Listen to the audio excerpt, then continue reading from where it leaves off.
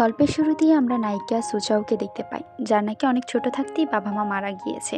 সে শহর থেকে অনেকটা দূরে ফ্রুট মেলন নামের একটা গ্রামে তার মামার সাথে বসবাস করে। তার মামা আর সে মিলে একটা মুদির দোকান চালায়, যার মাধ্যমে পুরো গ্রামের মানুষ চাল ডাল কিনে খাবার খায়। আর সব জায়গায় ডেলিভারি সুচাও নিজেই দেয়। তার জীবনটা অনেক হাসি খুশি ভাবেই কেটে যাচ্ছিল। অন্যদিকে আমরা দেখতে পাই আমাদের নায়ক লিংজিনলু শহর থেকে গ্রামে আসছিল। লিংজিনলু অনেক বড় একটা স্টার ছিল, কিন্তু সে ডিরেক্টরের সাথে মারামারি করার কারণে তাকে বাদ দিয়ে দেওয়া হয়, যার কারণে তার বাবা মা তাকে গ্রামে পাঠিয়ে দেয়। সে ডিরেক্টরের সাথে মারামারি করেছিল কারণ একটা ফিল্মের কন্ট্রাক্ট সাইন করতে যায়, সেখানে তার সাথে একটা মেয়ে ফ্রেন্ডও যায়। সেই মেয়ে ফ্রেন্ডকে ডিরেক্টর অনেক বাজেভাবে হ্যারাস করার চেষ্টা করে, যেটা দেখে কেউই কোনো জবাব করছিল না, কিন্তু তার খুব খারাপ লাগছিল, তাই সে তার জবাব করে। আর এই জবাবটাই যেন বিপত্তি হয়ে দাঁড়ায়। গ্রামের রাস্তা কাঁচা থাকায় গাড়িও তত দূর যাচ্ছিল না, তাই তাকে মাঝ রাস্তায় নামিয়ে দেওয়া হয়। ফসলের ঢেউ খেলা হাসি দেখে তার খুবই ভালো লাগছিল। সে কানে পুরনো একটা টেপ রেকর্ডার গুঁজে দিয়ে গান শুনছিল। তখনই গ্রামের এক দাদা তাকে ফসল নষ্ট হয়ে যাবে বলে আওয়াজ দেয়, কিন্তু সে তা শুনতে পায় না। তাই দাদাটা সুচাওকে বলে তাকে যেন বলে ফসলের ক্ষেত থেকে উঠে যেতে। সুচাও তাকে অনেকবার ডাকে, কিন্তু সে শুনতে পায় না। তাকে ডাকতে ডাকতে সে যখন দৌড়ে আসছিল, তখন হোঁচট খেয়ে তারই সামনে পড়ে যায়, কিন্তু সে ধরে না। সে উঠে বলে, আমি তোমার সামনে পড়ে গেলাম, তুমি আমায় ধরোনি কেন? লিংজিনলো কোনো জবাবই দেয় না। সে তার ট্যাপ রেকর্ড উঠিয়ে বলে, তুমি আমার এটা ভেঙে ফেলেছো। তাদের দুজনের মাঝে ছোটখাটো একটা ঝগড়া শুরু হয়ে যাচ্ছিল। লিংজিনলো তখন তার ব্যাচ খেল করে দেখতে পায় তার নাম সুচাও। সে বলে, তোমার নাম সুচাও? আমি লিংজিনলো। সুচাও বলে, আমি তাতে কি করব, তোমার নাম কি জানতে চেয়েছি নাকি? সে তাদের ছোটবেলার বন্ধু ছিল, তাদের সাথে খেলাধুলা করত, আর এই টেপ রেকর্ডারটা সুচাওই তাকে দিয়েছিল। সে ভুলে গিয়েছে, এটা ভেবে সে রাগ করে সেখান থেকে চলে আসে। সুচাওর স্কুলে পৌঁছাতে খুব দেরি হয়ে যায়, তাই গেট বন্ধ হয়ে যায়। তারা অপেক্ষা করছিল যেন গেটের ওপাশ থেকে টিচাররা চলে যায়, তারপর তারা দেয়াল টপকে ওপাশে যাবে। তাদের এই কাজে সাহায্য করে ক্লাস ক্যাপ্টেন। তারা সবসময় চারজন একসাথে থাকতো, ক্লাস ক্যাপ্টেন, কোয়ান জিনজিন, চৌমু ফ্যাংলিয়ান আর ক্যাটফিশ ফাংলিয়ানো। স্কুল পৌঁছাতে দেরি হয়ে যাবে বলে সে ব্যাগে করে একটা পিক নিয়ে স্কুলে পৌঁছে যায়। সেটা তার ডেলিভারি দেওয়ার কথা ছিল। সেটা কোথায় রাখবে ভেবে পাচ্ছিল না, কেউ নিতে রাজি হয়নি। তার পাশে খালি ডেস্কে রেখে দেয়। সেদিনই স্কুলের লিংজিলু আসে। ম্যাডাম তাকে সবার সাথে পরিচয় করিয়ে দেয়, তারপর বলে, ওই সিটটা খালি আছে, তুমি গিয়ে ওইখানে বসতে পারো। এটা শুনে সুজা অনেকটা অবাক হয়ে দাঁড়িয়ে বলে, না ম্যাম, সে আমার সাথে বসতে পারবে না। ম্যাম তখন বলে, কেন বসতে পারবে না? এটা কি তোমার বাপদাদার সম্পত্তি নাকি? তারপর লিংজিলুকে বলে, যাও তুমি ওখানে বসো, কিছু বললে আমাকে জানিও। লিংজিলু সেখানে গিয়ে বসলে তার ব্যাগ রাখতে যাবে, তখনই দেখতে পাই সেখানে সুচাওয়ের ব্যাগ। সে ব্যাগটা টান দিয়ে রাখতে যাবে, সুচাও বাধা দেয়। তাদের দুজনের বাধাবাধির মাঝখানে ব্যাগটা নিচে পড়ে যায়। ব্যাগটা নিচে পড়ে গেলে পিকটা বের হয়ে ক্লাসের মধ্যে একটা বিশৃঙ্খলার সৃষ্টি করে। সুচাও দৌড়ে পিকটাকে ধরে ফেলে, কিন্তু ম্যামের সামনেই এসে পড়ে। ম্যাম তাকে অনেক জোরে একটা বকা দেয়, বলে ক্লাস শেষে দেখা করবে। ক্লাস শেষে সে অনেক সাহস নিয়ে ম্যামের সামনে যায়। সে উপর দিকে না তাকিয়ে হাঁটু গেড়ে বসে কান্না করতে থাকে আর বলে, ম্যাম, আমার বাবা মা ছোট থাকতে মারা গিয়েছে, নিজের খরচ চালাতেই আমি এসব কাজ করি, আর এই পিকটা আমার বাবা মার একমাত্র নিশান, প্লিজ এটা দিয়ে দেন। সে উপর দিকে তাকাতেই দেখতে পায় তার সামনে লিংজিলু দাঁড়িয়ে আছে। সে বলে, তুমি এখানে কেন? লিংজিলু বলে, আমার সামনে কান্না করে লাভ নেই, আর তুমি কারোর সামনে এভাবে কান্না করো না, তোমাকে খুবই বাজে দেখায়। সেখানে তখন ম্যাম চলে আসে। লিংজিলু বলে, ম্যাম, আমি চলে যাচ্ছি, আমার কিছু কাজ আছে। সে চলে গেলে সুচাও আবারও ম্যামের সামনে হাঁটু গেড়ে বসে মিথ্যা কান্না করতে থাকে। ম্যাম কোনো পাত্তা দেয় না। ম্যাম বলে, আমি তোমাকে ছেড়ে দেব, তবে তুমি পিক ধরার সময় একজনের ফোন ভেঙে ফেলেছ, তার কম্পেনসেশন তোমাকে দিতে হবে। এটা শুনে সে অনেকটা হতাশে নিয়েই ম্যামের ডেস্কের পাশে বসে পড়ে। তারপর ক্লাসে গিয়ে লিংজিলুকে বকতে শুরু করে, বলে, তোমার জন্যই আজ আমার এরকম হয়েছে, সকাল থেকে তুমি আমার পেছন কেন লেগে আছো? লিংজিলু দাঁড়িয়ে বলে, সকাল থেকে আমি তোমার পেছনে পড়িনি, তুমি উল্টো আমার পেছনে পড়ে আছো। তাছাড়া তুমি আমার টেপ রেকর্ডটা ভেঙে ফেলেছ। সুচাও বলে, ওটা অনেক পুরনো হয়ে গিয়েছে, সেটা কেন রাখছো? তখনই তার কাছে একটা কল চলে আসে। সে কলটা নিতে বাইরে চলে আসে। বাইরে আসলে আমরা দেখতে পাই ওই কলটা ছিল তার সাথে থাকা মেয়ে একট্রেসের, যার জন্য সে লড়াই করেছিল। কিন্তু মেয়েটা তাকে কল করে বলে সবার কাছে মাফ চাওয়ার জন্য, এটা নাকি ইন্ডাস্ট্রির একটা রুল। সে তখন বলে, আমি কোনো অপরাধ করিনি, আমি কেন মাফ চাবো? সে যখন চলে আসছিল তখনই সুচাও আর তারা তিনজন মিলে তাকে শাস্তি দেওয়ার জন্য আসে।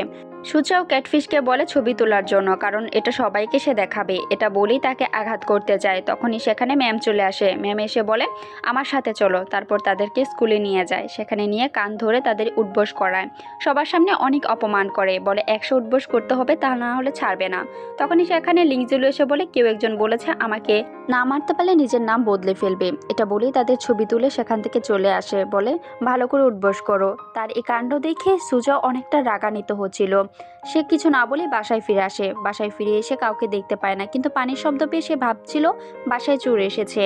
যখনই আঘাত করতে যাবে তখনই বাথরুমের দরজা খুলে দেখতে পায় সেখানে লিংজিলু। লিংজিলুকে দেখা মাত্রই সে অবাক হয়ে যায়, জোরে চিৎকার করে ইটটা তার পায়ের উপরই ফেলে দেয়। সে প্রচন্ড ব্যথা পাচ্ছিল, বলে তুমি এখানে কি করছো? লিংজিলু কোনো জবাব দেয় না। রাতে খাবার টেবিলে মামা বলে তার বাবা আমাদের 1200 ইয়ন দেবে তার এখানে থাকা খাওয়ার জন্য, তাই আমি ঠিক করেছি আজ থেকে সে এখানেই থাকবে। সুচাও প্রথমে মানা করলেও পরে বলে ঠিক আছে, ও স্টোর রুমে থাকবে। মামা বলে সে আমাদের গেস্ট, আমাদের উচিত তাকে ভালো জায়গায় রাখা, তাই সে তোমার রুমে থাকবে, তুমি আমার রুমে, আর আমি গেস্ট রুমে। যদি তা না হয় তাহলে তুমি গেস্ট রুমে থাকবে। সে তখন রাগ করে বাইরে চলে আসে আর বলে মামা তোমার সাহস কিভাবে হয়? আমরা 12 বছর একসাথে থাকছি, আর আজকে রাতে একটা ছেলে এসেছে তার জন্য তুমি আমার সাথে এরকম করছো? ঠিক আছে, আমি বাইরেই থেকে যাব, যত বৃষ্টি হয়ে যাক না কেন। তখনই আচমকা বৃষ্টি শুরু হয়ে যায়। সুচাও রাগে জোরে চিৎকার করে লিংজিলুকে ডাকতে থাকে। লিংজিলু ছাতা নিয়ে এসে বলে সারাদিনে আজ প্রথম তুমি আমার নাম নিয়েছো, এই নাও ছাতা। তার দিকে ছাতাটা ছুঁড়ে দেয়। সে ছাতা নিয়ে উপর দিকে তাকিয়ে দেখে সে চলে গেছে। তারপর রুমে ফিরে তার সকল জিনিসপত্র গুছিয়ে বলে তোমার প্রতি দয়া দেখিয়ে তোমাকে এই রুমটা দিয়ে যাচ্ছি, কিন্তু সাবধান থেকো, আমার কোনো জিনিসে হাত দেবে না। লিংজিলু বলে ঠিক আছে, তোমার ওয়াইফাই পাসওয়ার্ডটা বলে যাও। সে তখন পাসওয়ার্ড বলে, যেটা সে মনে রাখতে পারে না। লিংজিলু অবাক হয়ে তার দিকে তাকিয়ে থাকে। তখন মামা এসে বলে মিস লিংজিলু পাসওয়ার্ডটা অনেক কঠিন তাই না? তারপর একটা গান গায়। লিংজিলু গান শুনে দরজা বন্ধ করে দেয়। মামা দরজার ওপাশ থেকে বলে গানের প্রতিটা শব্দের প্রথম অক্ষর দিয়েই হচ্ছে ওয়াইফাই পাসওয়ার্ড। লিংজিলু বিছানায় বসে বসে তাদের ছোটবেলার কথা মনে করছিল, তারা কিভাবে দুষ্টামি করেছিল সেগুলো, আর সে ভুলে গিয়েছে সব কিছু। তখনই তার কাছে একটা এসএমএস আসে। তার ম্যানেজার এসএমএস করে বলে ক্ষমা চাওয়ার জন্য আর মাত্র 2 দিন আছে, কি করবে সে তাড়াতাড়ি জানাতে। এদিকে সুচাও মোবাইলে গান দেখার সময় সে গান থামিয়ে দেখতে পায় লিংজিলু তার গানের মেন লিডের সাথে আছে। এটা দেখে সে দ্রুত দোকানে যায় এটা দেখার জন্য যে সেখানে আইডলদের কোনো পোস্টার আছে কিনা। সেই পোস্টার দেখে অনেকটা অবাক হয়ে যায়, কারণ সেই পোস্টারটা লিংজিলুর ছিল। খবরটা দেখা মাত্রই সুচাও গ্রামের গ্রুপ চ্যাটে সেটা শেয়ার করে দেয় আর বলে আমাদের গ্রামে একজন সেলিব্রিটি এসেছে।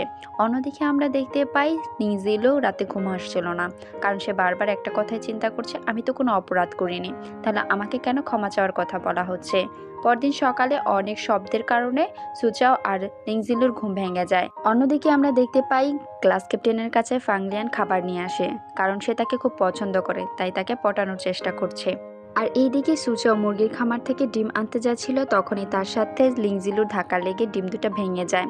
তারপর খাবার টেবিলে খাবার দিয়ে লিংজিলুকে সে নানা ধরনের কথা শোনাতে থাকে। সুচাও বলে আমি শুনেছি কেউ একজন নাকি সেলিব্রিটি হতে পারেনি, তাই তাকে গ্রামে পাঠিয়ে দিয়েছে, আর কিভাবে হবে, তার তো কোনো যোগ্যতাই নেই। মেন লিডে কাজ করা তো এতটাও সহজ না। আর যাই হোক তুমি এখানে আছো সেটা যেন কেউ জানতে না পারে, তাহলে তোমাকে এখানে থাকতে দেব না। লিংজিলু কোনো কথারই উত্তর দেয় না, সে চুপচাপ সেখান থেকে খাবার খাওয়া রেখে চলে আসে। স্কুলে আসার পথে আবারও সুচাও তাকে বাধা দিয়ে বলে তোমাকে কি বলেছি মনে আছে তো, কাউকে জানাবে না যে তুমি আমার বাসায় থাকো। লিংজিলু বলে এতে আমার লাভ কি? যদি তুমি আমাকে সাইকেল দাও তাহলে হয়তো আমি চুপ থাকতে পারি, স্কুল অনেক দূরে, আমি হেঁটে যেতে পারবো না। সুচাও বলে ঠিক আছে আমি তোমাকে সাইকেল দিচ্ছি, কিন্তু তুমি চুপ থাকো। যখনই তাকে সাইকেল দিল তখনই লিংজিলু বলে তুমি হেঁটে যেতে পারবে না, পিছনে জায়গা আছে, আমার সাথে বসো। তখনই গ্রামের একটা মাইকে অ্যানাউন্স করে যে তাদের গ্রামে একজন সেলিব্রিটি আছে, আর তার নাম হচ্ছে লিংজিলু। লিংজিলু সুচাওর দিকে তাকাতেই সুচাও বলে আমি সত্যি বলছি, আমি কাউকে বলিনি, শুধু গ্রামের গ্রুপ চ্যাটে শেয়ার করেছিলাম, কিন্তু সেখানে তার ছেলেও আছে। লিংজিলু তাকে রেখে স্কুলে চলে যায়। সে এখানেই একা দাঁড়িয়ে দাঁড়িয়ে বলতে থাকে আমি আবার কি করলাম। স্কুলে পৌঁছাতেই দেখতে পায় ক্লাসের সামনে অনেক মানুষের ভিড় জমে আছে, কারণ সবাই অটোগ্রাফ নেওয়ার জন্য ক্লাসে ভিড় করেছে।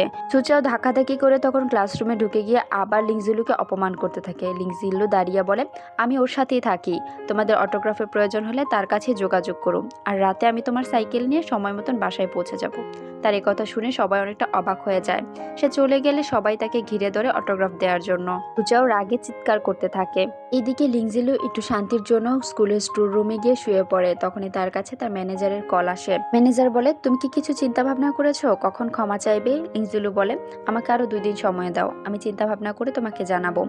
এইদিকে সুচাও অনেকটা রাগে ছিল। তখনই তার 2 বন্ধু এসে বলে আমরা তাকে উচিত শিক্ষা দেব, তুমি চিন্তা করো না। তাকে রাগ কমানোর চেষ্টা করছিল। তখনই সেখানে ক্লাস ক্যাপ্টেন এসে বলে আচ্ছা আমি শুনেছি তোমরা নাকি ছোটবেলার অনেক বন্ধু ছিলে, তোমাদের বিয়ে নাকি ছোটবেলায় ঠিক হয়ে গিয়েছিল, মানুষ তো আরো অনেক কথাই বলছে। রাগে সুচাও বলে তাকে এবার একটা শিক্ষা দিয়েই ছাড়বো, চলো সবাই তাকে মিলে একটা শিক্ষা দিই। সুচাও তখন স্টোর রুমে গিয়ে তাকে ঘুম থেকে জাগিয়ে বলে, লিংজিলু, স্কুলে আজ যা হয়েছে সবকিছুই আমার বলছিল, আর কখন হবে না, প্লিজ আমাকে ক্ষমা করে দাও। স্কুল দ্রুত ছুটি হয়ে গিয়েছে, তাই সবাই চলে গিয়েছে, চলো আমরাও বাসায় ফিরি। তারপর লিংজিলুকে শর্টকাটের রাস্তা বলে অন্য একটা রাস্তা দিয়ে তাকে আনারস বাগানের কাছে নিয়ে যায়। সেখানে গিয়েই সে অবাক হয়ে যায়। সুচাও সবাইকে ডেকে বলে, আমাদের সেলিব্রিটি এসেছে আমাদের সাহায্য করতে, সবাই দৌড়ে আসো। তখনই গ্রামের কিছু দাদি আর আন্টিরা দৌড়ে এসে লিংজিলুকে কাপড় পরিয়ে দেয় আর বলে, তুমি কাজ করতে পারবে, চেষ্টা করো।